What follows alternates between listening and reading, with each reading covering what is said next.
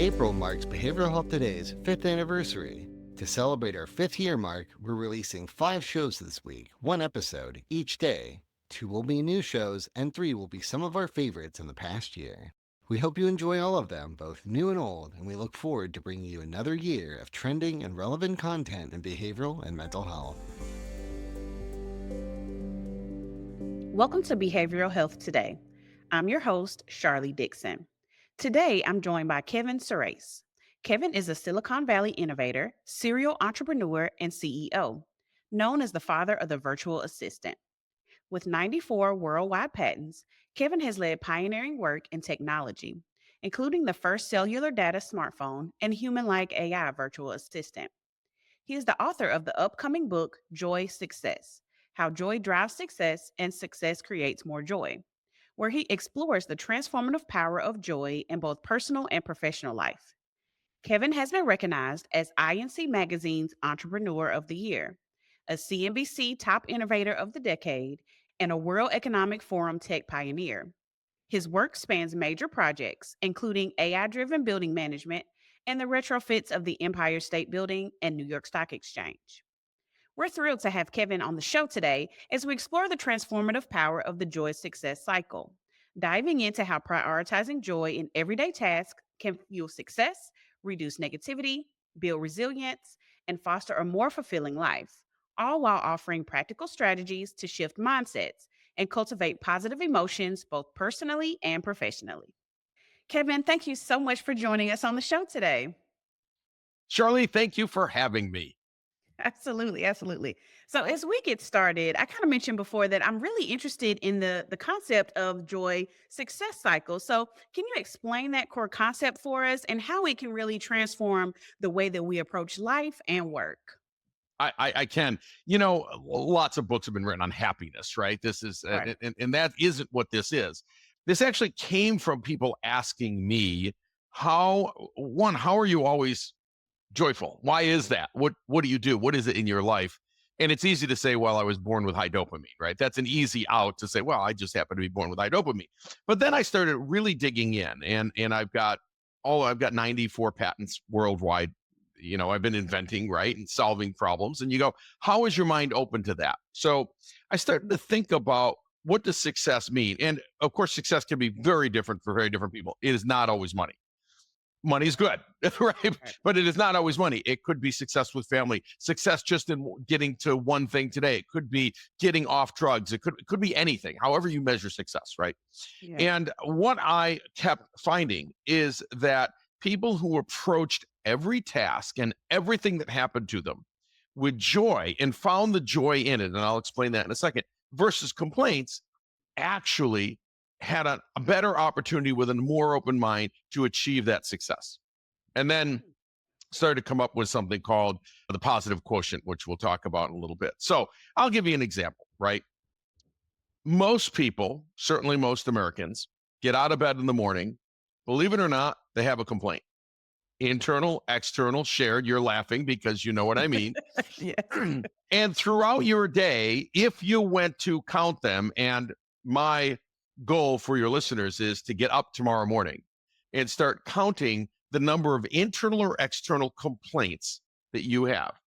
It could Okay. be a complaint about your hair. It could be a complaint about the way you smell. It could be a complaint that your knees are. It could be a complaint about the weather. It could be. It's often also at work complaint about our tasks. Oh, I've been putting this off. I don't want to do that. I don't want to deal with that person. I don't want to have that meeting. I don't want. Right? We all just do that, and it's become nature. It is human nature to find the sort of the negatives in all of these things. Yes. But what happens if we said we can't do that? So I encourage everyone to get up tomorrow morning and count the number of complaints they have in a day, internal or external. Some are shared, some just were inside your mind. It will be over 100, and it will shock you. You go, Mm. wow, I spent a good portion of the time during my day having negative thoughts about, frankly, my life. Well, how are you ever, when you start thinking about it now, how are you ever going to be successful in anything when all you're doing is wallowing on all that stuff? And again, we Right. naturally do that as humans. We naturally gravitate towards that. So then I want you to, the next day, say, okay, I want to live by Kevin's rule. You know what Kevin's rule is? And it'll be in my book when the book comes out, is you only get one complaint per day. So you get out of bed and you go, oh man, my knees hurt today. You are done for the day. Done for Wow. the day. Now, this is more an exercise of kind of, a self-control, so that once you realize that you're done for the day, you start forcing yourself to look at every other task and say, I have to do that task. If I had any more complaints left, I might complain about this task, but I can't do that. So it forces you to say, how do I look at this task in a positive way? Now, I know what you're thinking. Sharlee, you're saying, oh, well, what happens if I have to fire someone today? This is the most awful, terrible, stop. It isn't. There's positive in that task. One, you're going to finish the task. Okay. And the most positive thing, the most amount of joy you can get out of a task is finishing it, good, bad, or otherwise. Second thing is, another way to look at that, and I've had to terminate people, I've had to terminate really good friends. The other way to look at it is to say, look, they're going to be in a better place. They don't realize it in this hour. They're going to be mad at me. I'm going to be in a better place. Everyone's going to work out for the better. They just don't all know it yet. And so what I'm doing is actually going to be good for everyone, right? Because whatever's going on, it isn't working out here, or the program's dead, or whatever's going on, right? So even these hard tasks, you can flip around and say, where can I find joy in this task? And lastly, when you do that, you start building up what we call our positive quotient for the day. So let's say we wake up and we start right in the middle from 0 to 10. We start at 5. If you get up and by the end of breakfast, you had 5 complaints about your life, whatever they are. Oh, this email came in. Oh, I didn't want to read that. Oh, this went wrong. Now you're at 0. You will be the most successful every minute of your life at 10. So your goal is to stay at 10. And the way you stay at 10 is not look at all those things as negatives. Of course, you got an email that you didn't want to see and it came in the morning. You get, well, what's positive about this? What's positive is I got it out of my way. It came in. I now know what they're thinking, and I now know what to do. I get joy from getting that email, right? Even, oh, the customer's angry. Well, yes, of course this happens, but I can get on the phone. I can turn this around and make this a joyful moment as well. And now I'm adding back a point at a time back to my 10, and I want to be at my 10 all day. So again, this is a different way of thinking about all of the tasks and all of the things that happen to us in our life every day on a normal day. Right. And so I'm really intrigued by the 100 negative thoughts or complaints about Yeah. your day or your life every single day. I completely agree with you. Maybe it's more than 100. And so, so, I mean, I agree. Maybe. You do wake up with these, and then it's Yes. not always conscious either. So you wake up like, oh man, my back hurts today. So Yep. how do you change that? I mean, it's easy to say, yeah, tomorrow I'm not having any. I'm only going to give myself one. But what does that really look like? How can you really begin to reduce that, especially with the complaints that aren't necessarily conscious, that just kind of happen? That's a good point. They stop happening when you realize you can't live your life that way. That is, everything I look at has to be joyful. Now, look, to be clear, we're not talking about when some horrific thing happens, like your house burns down in Southern California, okay? We're not going to turn that into a joyful moment by somehow getting marshmallows and roasting them, right? We're not going to do that, right? That's a joke, obviously. So there are horrific things. So we're talking about the average day that we all have. 99% of our days, this is what happens. Things happen to us. We do things to other people. We make a list of tasks. We execute those tasks. And so for all of those, it's a mindset change. It's a mindset change. And I have had so many people follow this program that they start to change their mindset when they realize they only get one. So they don't all of a sudden, over a period of weeks, those negatives don't enter your brain because you go, I'm not allowed anymore. I already used my one. Or you save up your one. You save it. I see people saving it to like 5:30, and they get their one and they go, wow, I made it all the way to 5:30. And I held back my one for the most important one, right? That I had to deal with, which was an argument with a son or something. You know what I mean? So, Yeah. so it is a mindset shift, like all good things in life are, right? All good things in life are. It's like dieting. In the end, it's a mindset shift. I'm not hungry. I'm not hungry. I'm not hungry. Right. But I mean, it's literally a shift of your brain. And the great thing is you control your brain completely. No one else does. You control your mind. So everything that happens to you during the day, you control how you look at that, How can I spin this thing? The tree branch just fell. How do I spin that into a positive? How do I look at that as joy instead? Well, there may be joy into it. The tree is doing what it's supposed to do. The wind is doing its own nature. I got to see nature in action. I mean, I can find joy in every little thing because I do not want to end up back at zero with my positive quotient. And there is no question that joy is directly tied to success.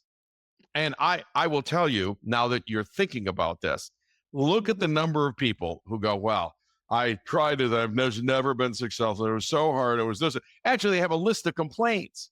They had no chance to be successful at that task when it was simply a list of complaints. Sure, Sharlee, if you were doing this podcast, then you said, oh, I got to interview this Kevin. Oh, I don't want to do it. I hate doing podcasting. I don't know why I do this. And I got to summarize. I got to use this AI now. How are you ever going to have a successful podcast? No one will want to hear from you. No one will want to listen. No one will want to see you. You won't be successful. You won't want to do it. So if you approach your podcast with a sense of joy every single time, even if it's a guest you don't want to interview, but you go, I don't want to interview them, but I'm going to learn something. I'm really going to learn something. You know, maybe they're on the opposite side of politics from me, and I could not disagree with them more. However, I'm going to sit here and I'm going to learn something. I don't have to agree with them, but I'm going to learn something today. And that is a joyful moment because our brains want to learn, right? Absolutely. And I completely agree with you because to be honest, you just mentioned something that does happen to me from time to time.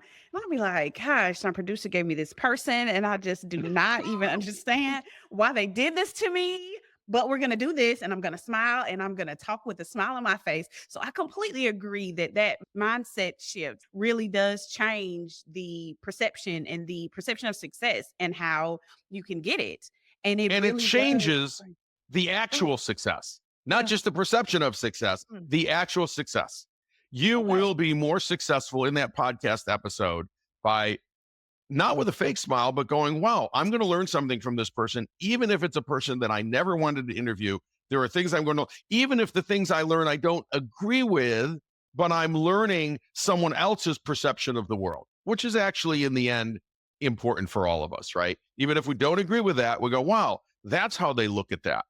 I don't think they're right, but I'm listening, right? I'm taking it in so that in fact, next time you do a podcast or the next time you talk to someone, you have more information about a whole other side of life, let's say, than you would have had. Again, you're trying to get to the joy moment in every single thing you do. I'm going to make this podcast joyful.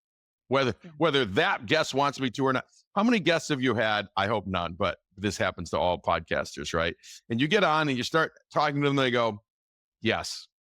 You go, I'm in trouble here because they don't talk. Is it a mute? I don't know. Nothing's happening, right?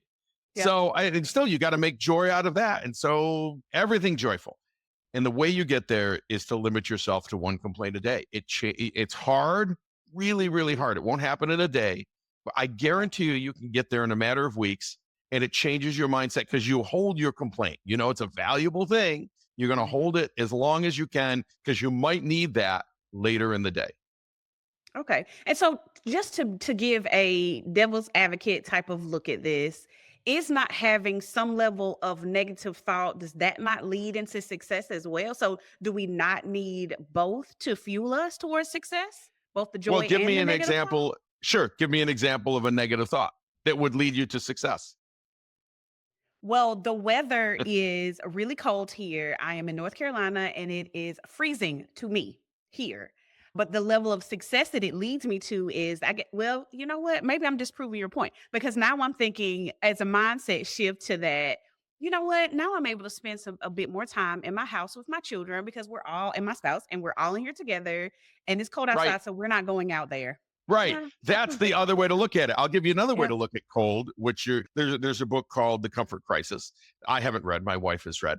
And The Comfort Crisis says we have gotten so used to being at 72 degrees in our homes, but our bodies are fully capable of going out there at least for a few minutes and freezing our rear end off. No problem doing that, right? You're not going to die in 2 or 3 minutes. You can True. go out there without a coat. And I don't care how cold it is, it's going to be 10 below zero. And you can do it for 2 minutes and come back in. And in fact, it's actually good for your body. It's good for your heart. It's good for it's good for everything because it gets your body going in ways that it's supposed to do once in a while, right? And that's why you see some of these people doing these cold plunges and then hot stuff and they go back and forth and all of that. You can just walk, you don't need a cold plunge. Walk right outside the front door and go, this is actually good for me as a human. And so isn't it great that it's cold? I don't have to go someplace to get a cold plunge or crazy air conditioning. I just walk out my door for free, freeze for 2 minutes, and come back in and go, that's invigorating. And you know what's interesting about this? The first time you do that, in 5 seconds, you go, I can't do this anymore. Okay. The next day, 10 seconds. I can't do it longer than that. Within 2 weeks, you can go out there for 2 minutes and go, I couldn't do it 5 seconds on the first day. And today I'm doing it 2 minutes. And now I'm feeling totally invigorated doing it. So there is joy even when it's cold outside. All how you look at it. Yeah, that is absolutely true. I see though that it really is about that mindset shift that is kind of hard to do. Right. How do you It is. train yourself to do that? Well, look, there are joy. So one of the things we talk about in the book is the joy killers and how to overcome fear and stress and burnout and things like that, right? Because Yeah. there are these cycles and you know what they are, and they cycle you down into nowhere. You're depressed, right? Yeah. And again, we know we cannot be successful when we've gone down that cycle. It's not a choice. It's not going to be there. So we have to get ourselves out of that cycle again by finding joy in everything. It's cold outside. How do I find joy in that? My kids are home from school today. Maybe it's a snow day, right? How do I find joy in that? Isn't it great that I get to spend time with my children? And that time is going to go by so quickly when they're off to college and they never come back again, right? So isn't this a positive? I can turn this into a positive. Maybe we can play a game together. Maybe we can do something else together, right? Obviously, there's joy boosters like cultivating positive emotions and mindsets and habits, right? So you can Right. always try to boost that. But in the end, you have to realize it's a cycle. And you don't want to go down the killer cycle. You really want to go in that cycle that leads to that positive quotient getting to a 10 and staying at a 10 all the time. And again, that mindset, I will tell you, the mindset, once you say I only get one complaint a day, it actually works over time to get you there. Because Okay. you go, well, I'm going, no, I'm not. I'm not wasting my complaint on this. So how do I find something joyful in this? And you go, oh, I can. My microphone broke, but I'm going to use a different microphone and I'm going to find joy in that. And I'm going to sound different to my audience and it's going to be okay. Nice. Nice. Okay. And so it really does sound like the joy success cycles, they really encourage resilience and as a way to kind of buffer us as we go through difficult and stressful times throughout life, whether that's personal things that are happening at home, things at work.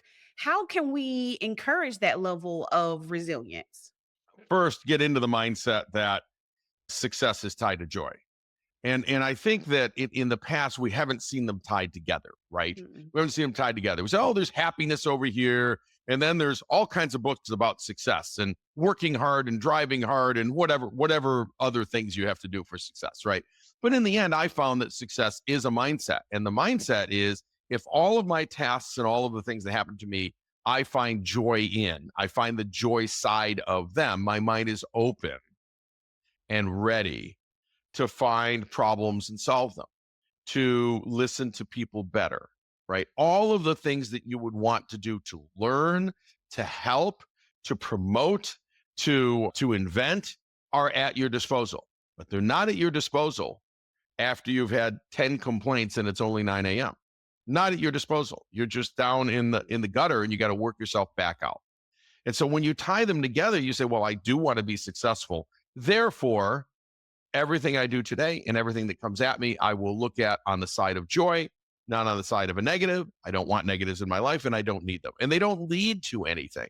They really don't lead to anything. I think we've somewhat been taught, like you brought up, Sharlee, is that, Mhm. oh, well, you need this negative so that, now look, I do think that probably kids need to lose a game once in a while, right? To understand what loss is. Right. However, there's joy in losing. You know what the joy in losing is? That is a learning experience. I know you're going to cry and I know you didn't want to lose that soccer game. On the other hand, it's important for you to lose once in a while because in life, you don't always win. You can't. If you always won, everybody would be a billionaire. So not everyone wins. Doesn't work that way. So you need to understand losses. You need to understand that. I'll give an example. We need to understand that jobs are a place you go and do something temporarily. That's it. And people enter their job and go, this is it. I'm going to work. In their mind, somehow they think they're going to work there forever. The average tenure and the average job across the US is 3.5 or 4 years, some number like that. But somehow you think you're going to outlast that. And so when the boss comes to you and says, even you've been a great worker, but we're eliminating this program and I just don't have another place for you, I'm so sorry. You shouldn't be shocked at all. On day one, you knew that it wasn't a permanent job. Very few jobs are permanent. You knew it wasn't permanent. So why are you disappointed? I mean, yes, you got to go find another one. And yes, you got to find a new team. And yes, and all those things. And yes, money. But in the end, what's the joy in that? You knew it was coming. It's not a surprise. I'm glad it happened today so that I can move on and learn new things at a new place. That's a joyful moment. It's not a negative moment. And I know that's hard for people to say, but I just lost my job. Yeah. Understood. But you knew you were going to lose your job someday. Why is it a shock? Is it a shock? No, it shouldn't be a shock. Actually, it was Reid Hoffman who said, please realize jobs are not permanent. They're temporary. You drop some golden nuggets and they give you some golden nuggets. And at some point, that exchange ends and you move to a different job. That's how it works. And so stop being surprised when you're laid off or fired or they close the facility, or because that's what happens. That's what happens. Peter, your producer. I hope he's your producer forever. But what is forever? 82 years? Probably not going to happen, right? Sometime between now and 82 years from now, Peter won't be producing this show for many, many reasons. Show goes off the air. Sharlee moves on. Peter gets a better job. Who knows? I mean, again, no job is permanent. You bring me to an interesting question. So you talk a lot about, I guess, expecting that there will be negative things, but looking at them with a positive mindset. But Yeah. what about things that aren't necessarily expected? Health concerns, I don't know, Right. So divorce, again, the things that aren't regular. divorce could bring joy. Trust me. Agreed. By the time the two of you have gotten to where you're divorcing, there will be more joy on the other side. That's the truth, right? Agreed. Whatever led you to this point. And again, statistically, marriages aren't permanent. They're supposed to be. I get that. But statistically, I don't want people writing to me and yelling at me, marriages should be permanent and religion. I get that. I'm not arguing that. But we know statistically that's a fact that they aren't.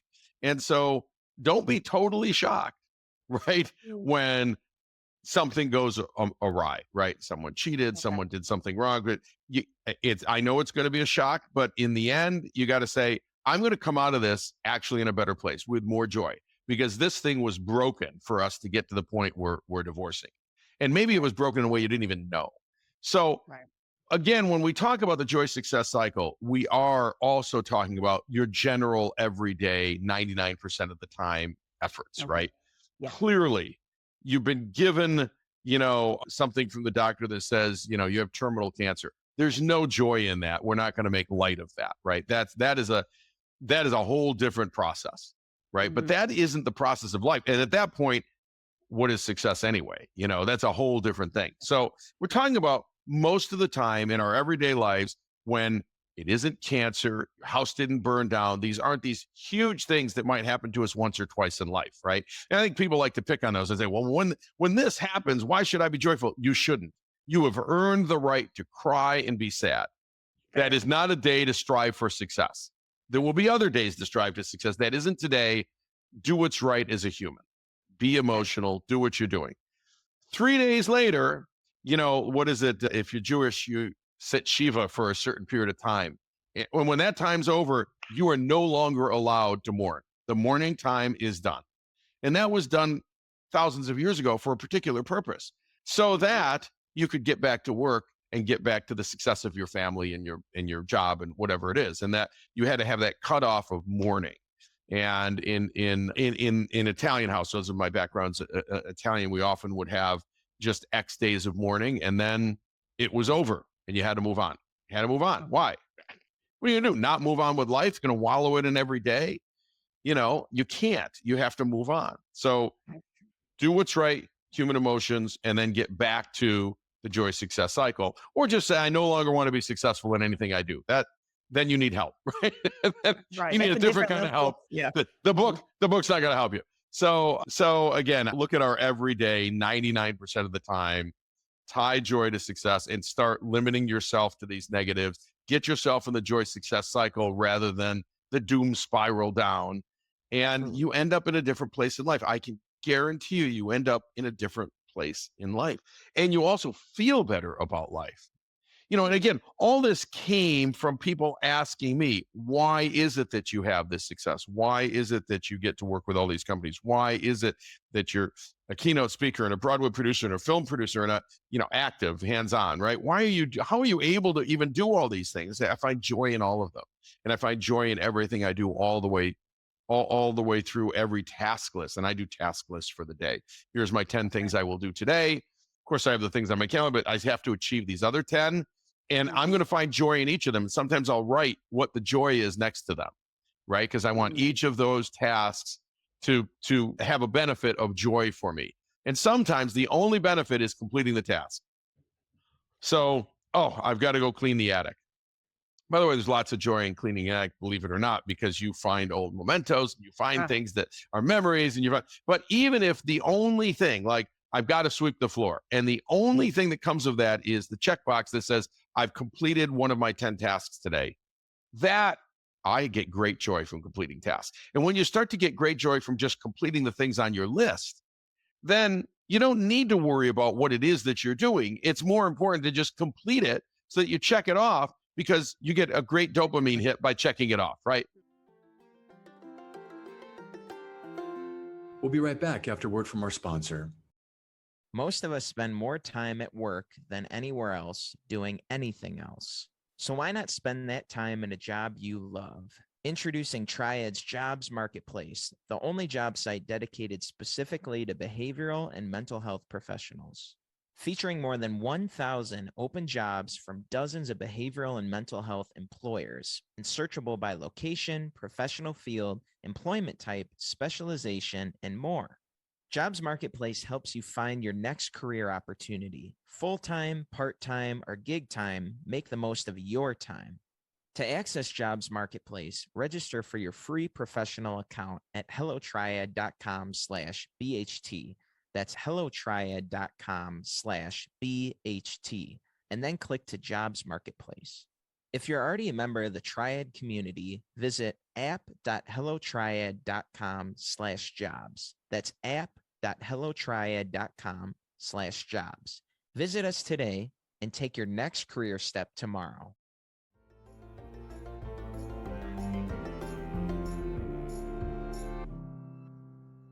I'm really liking this, Kevin. I'm really interested in this. So, as someone who does not necessarily always think about the joy in everything, I would say that I am generally a positive person, but I do have a lot of internal complaint or like, oh, this kind of sucks, but we're going to do it anyway. Not necessarily finding the joy in it, but not necessarily being negative either. What are some practical steps for people like me or someone that really wants to change their mindset, have some reset practices that we can really implement to shift our mindset? Because I know that that mindset shift is not easy or simple to do. So what are some practical steps that we can take to make some changes? Well, I'll put it all together because we've talked about a lot of them. Day one, count the number of negative thoughts you had. It'll be over 100.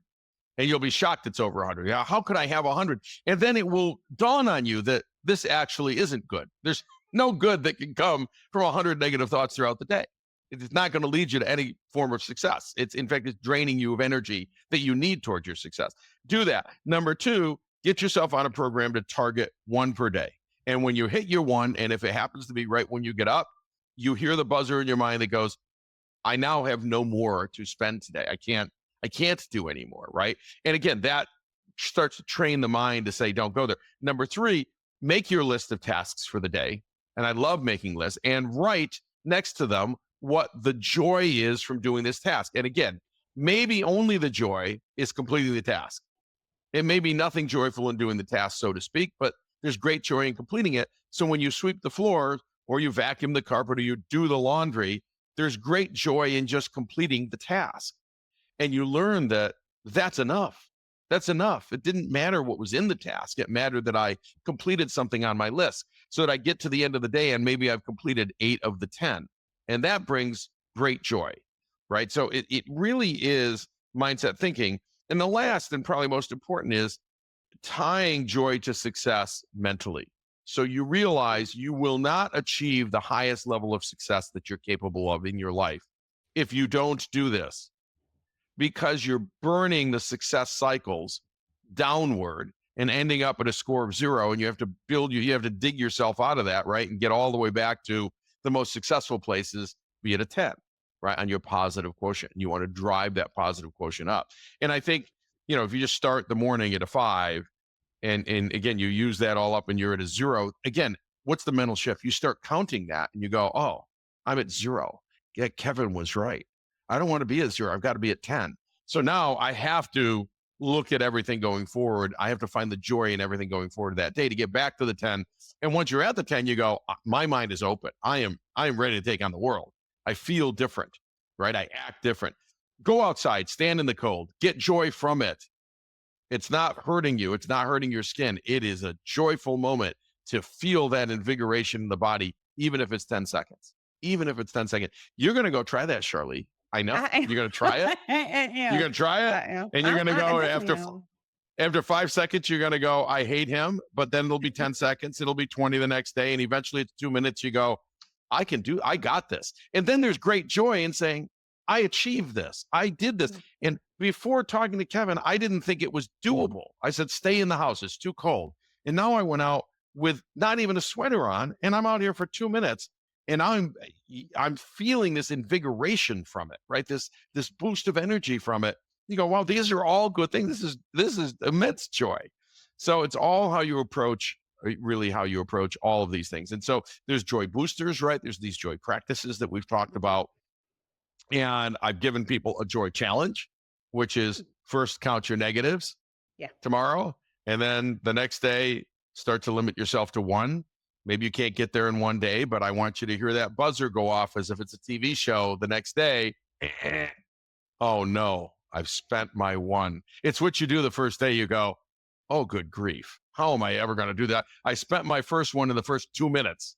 How do I get through an entire day? But you will. You will. And maybe you're not successful the first day or the second or the third, but you will be over time. So all just a mental challenge, but Peter doesn't control your mind. You don't control Peter's mind. None of us control the other's minds. You control your own. Everything you do, every statement, every task on your list, everything that comes at you, everything your kids say, all of that, you control how you think about it. And I want you to think about it with joy, even if it's just a new learning moment. Absolutely. And really, you touched on something towards the end that I was really curious about as I listened to the joy and the reset practices is how do we buffer ourselves against other people's negativity? So as I walk through the world being positive, how do I stop, I guess, the entrance of other people's negativity into me? Well, let me ask you a question. When you walk up and start talking to someone and they go, oh, my day sucks and this sucks and I don't like these new people on our team and I don't like, how long do you really want to stand there? Not long at all. Right. Not long at all. It turns out you never wanted to hear that because you don't need to wallow in their pain. They can go wallow in their own pain if that's what they've chosen to do. You don't need to wallow in it with them. No one actually likes to be around people who complain. No one. You don't. And in fact, if you look at, the friends you really like to hang around with, you're probably going to choose friends that aren't complaining all the time. I get that sometimes they come over and they, oh, my kids are okay. But generally speaking, you go, actually, I want to be around people who lift me up and who boost me up. And so what you do is you start to gravitate more to the people who are following this process anyway. They are naturally joyful, naturally have high dopamine, or they've realized that they need to be in the joy success cycle. And they spend that time. When you come over, you go, look at these 5 things that I did today. And they're really going to impact our team together. This is so exciting. What do you think about that? And you go, This is cool. I want to be around this person more. Can we have a cup of coffee together, whatever it is, right? And so I would say if people are really, sort of in your circles that tend to be negative or tend to spend less time with them, those are joy killers. It's what we call joy killers. And you need to try to get the joy killers as much out of your life. These are bad humans. When the book comes out, you can buy them a copy of the book and say, I think this might help you. Hint, hint. And I'd love to spend more time with you after you read it and do it. Understood. At the beginning of our talk today, you mentioned that joy and happiness or contentment are not the same thing. Can you kind of go deeper into that and distinguish between the two, and why is joy more dynamic or more powerful than happiness and contentment? Yeah, look, happiness and contentment are more longer term things. So, when you think contentment is definitely longer term. I'm not content for 12 seconds. I'm content. Okay, great. We want you to be content. We also want you to be happy. That's great. Happiness tends to, am I happy in life? Right? Am I happy in life? Am I happy today? Am I happy with my life? But joy can be a momentary thing. We don't typically think of happiness happening for 1 minute, but we can think of joy as happening for 1 minute. So I've completed this task and it brought me joy for this minute. Gotcha. That didn't bring you happiness in life, but it brought me joy for this minute because I completed this task. Or I looked at this task in a way that is going to bring me joy, right? I'm going to look at it in that way. So I think joy can be a similar emotion to the other two, except it can be short and fleeting if you want it to be, right? Okay. It's about task-oriented things or things that happen during our day. I get up. So when I wake up, I go, first thing I do, the sun's up, whether the sun's up or cloudy or whatever, but the sun's up and I'm alive. Because the alternative to waking up is to not waking up, which means you died in your sleep. So how can you not be incredibly joyful for this gift of today? And today is what you will make of it. And the whole day is open for you. Maybe you made your list last night. Maybe you're going to make your list this morning, but the whole day is open for you to make of it what you wish. You can do it, and only you can do it. No one can take that away from you. No one can make your day for you. And you can fill your day with 300 moments of joy or not. It's up to you. I like that the idea of joy is something that you are personally creating for yourself, and you can really make your day be all about having or finding those joyous moments. Really like that. Absolutely. And by the way, at the end of the day, you may look back and say, wow, I had a happy day today. I am happy. Mhm. I'm fundamentally happy. That's great. But Yeah. it's related to, but not directly to all those joy moments that you had all day. Because joy can be a moment. And it is those joy moments that keep you in the, sort of in the set of the joy success cycle so that you're open to success. Again, whatever that success is. And you will be more successful even at your tasks because you bring joy to them, right? You will be a more Mhm. successful podcast host just by looking at all the tasks throughout the day and approaching it with great joy. Okay. It's not about happiness and contentment. It's like, this 35 minutes that we're doing or 40 minutes, whatever it is, I am going to find joy in every conversation that I have during this 40 minutes. Awesome. Thank you for that. Thank you. And I definitely will look towards you reading your book when it comes out. By the way, when is it being released? I'm going to look forward to reading it when it comes out also. Those of us who have written books know that, the challenge is it's kind of never finished, right? And I say that because I'm always thinking of more ways to say the things that I want to share in there, right? And so it's kind of a never-ending process. And at some point, you actually just have to stop and say, I just have to stop and just do these things. The thing about the book is I'm trying to keep it short, under 100 pages, so that everyone can accept it. What's interesting about that is publishers don't want to do less than about 180 to 200 pages. I don't understand this because no one really wants to read tomes. In fact, 300 pages is less interesting to me to read than if you gave me 100 pages and say, this is going to change your life. In fact, give me 50 pages that'll change my life. Give me one page that'll change my life. I like it more, right? I can't put all this into one page, but we can put it into under 100 pages. And so I'm trying to keep it short. The publishers don't like that, but I will win with joy. So it doesn't matter. They just don't understand. What's interesting, I don't think they understand, sort of current humanity, which is we all want to read, but because we're multitasking and doing a lot of things, we all don't have time to read 350 pages, right? And if I can say it in less, I should say it in less. And I love saying things succinctly and less, because then people, they grok it. A lot of these books, these kinds of books, they say it, and then they tell you 1,800 stories about it. But you already said it. Like, you can give me one story. We're going to give some story examples, but very limited. It's like, I'm saying it, do this. This is why it works for me. Here's an example. Moving on to the next chapter. If you didn't get that, go back and read the chapter again. I don't need to give you 10 more stories. This is obvious. This isn't that hard. So that's just my own, premise, right, of doing these things. And not everyone agrees, but I think when they read it and they're done with it in an airplane ride, they'll thank me for keeping it short. Absolutely. Absolutely. So as we wrap up today, what is one key takeaway you'd want listeners to remember about using the joy success cycle to create more joy and success in their lives? Oh my, the takeaway is take the test that we said right at the beginning of the take, right? Get up tomorrow and, it's a little bit, I'm a keynote speaker on AI. Also, I've been in the AI space for 25 years. That's a whole other conversation, but it's like what I say about AI is people say, oh yes, I played with ChatGPT. I said, then you haven't used it. I want you to do real work with ChatGPT or Gemini or whatever model you want to use. Real work. You say, this is the work I have to get done today. I'm going to learn how to do it with this thing next to me, right? I'm going to learn how to do it. I'm not going to play with it. The same is true with the joy success cycle. I am going to learn to do this. I'm not going to toy with it or play with it or try it. No, I'm going to do it. As Yoda would say, you don't try, you do, right? Do not try. And so do it.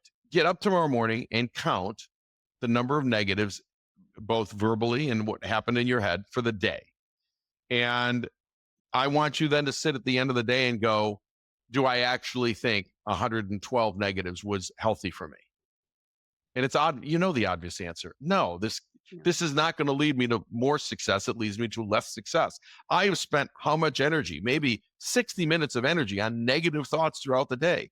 Why would you spend 1 second on don't. Then you get up the next day and you go, I think he's right. I have to get to 1. And you won't be at 1. You'll be at 50 the next day, and then 40 the next day, and 30 the next day. And then you go outside and get cold. And, you do all that. And eventually you're going to get to 1 a day and you're going to go, I'm crushing this. This is and people write to me and say it. And even without the book, just with podcasts and stuff, that this changed my life. It changed my life. And I controlled it my whole life. Sharlee, you control this your whole life. It's just no one told you about this 5 years ago, or you would have done it. So don't try, do. Nice. Okay, so for our listeners who are going to be interested, how can they learn more about your work and where can they find you? Yeah, I have a website, kevinsurace.com. And it will, when the book launches, that'll be on there. There's a lot of my podcast, a lot of the podcasts I've done are on there. A lot of writing is on there, a lot of stuff. So, and my keynote talks and things like that. And there's a LinkedIn, my LinkedIn address is there. So one can message me if they want. I do answer my messages as long as they're nice and joyful. Awesome. Well, otherwise, Kevin, you just push the button on them, huh? But Kevin, which brings me great joy. I believe that it does. Sometimes. Oh, you're welcome, Sharlee. Thank you for having me. It was really a pleasure. Absolutely. I really have appreciated speaking with you today and look forward to changing my life with this mindset shift. Thank you. Get back to me in a few weeks or a few months and let me know how it's going. I definitely will. Thanks. And thank you to our listeners for taking the time to join us. Before you go, we'd really love your help. Please leave a review and share the podcast with a friend. By spreading the word, you help us grow and reach more people, allowing others to discover the valuable insights shared in each episode. Thank you for being such an important part of the Behavioral Health Today community. As always, the resources for this episode and an archive of all of our other episodes can be found on our webpage at triadhq.com/BHT. And we look forward to having you back with us next time on Behavioral Health Today. We appreciate all the support from our community, and if you like our show, one of the best ways you can support it is by giving us a 5-star rating and leaving a review. Behavioral Health Today is a podcast part of the Tried Behavioral Health Network, all rights reserved.